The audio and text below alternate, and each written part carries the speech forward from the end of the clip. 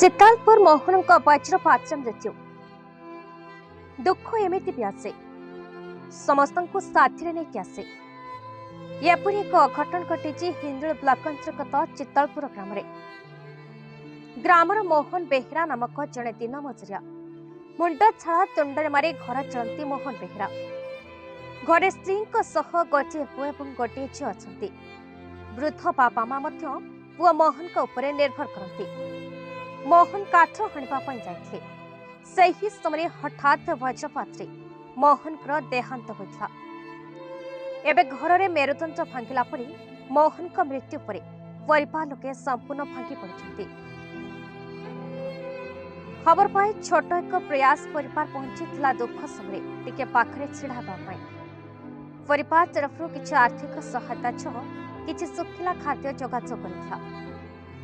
छोट एक प्रयास परिवार एपरी कार्य को ग्रामवासी ने प्रशंसा करछन्ति। सत्यानंद बेहरा तांकर वज्रपात मृत्यु होता।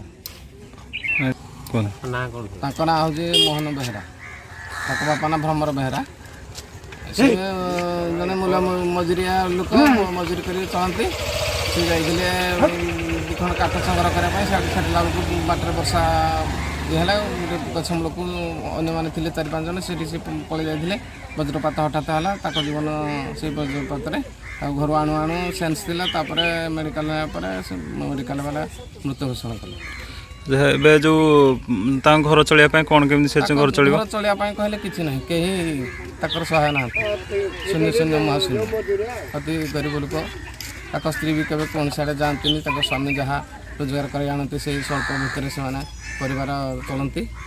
गोटे आज आसी ढेंकानाल जिला हिंदोल ब्लॉक पंचपड़ा पंचायत चित्रपुर ग्राम जहाँकि चित्रपुर ग्रामर मोहन बेहेरा वज्रघात मृत्युवरण करते जहाँकि से जड़े असहाय आम अनुष्ठान तरफ किसी सुखिला खाद्य एवं किसी आर्थिक सहायता करूँ। एणु सरकार को अनुरोध यथाशीघ्र मोहन बेहेरार असहाय परिवार को सहयोग कले असहाय परिवार चिरपकृत हो पारे।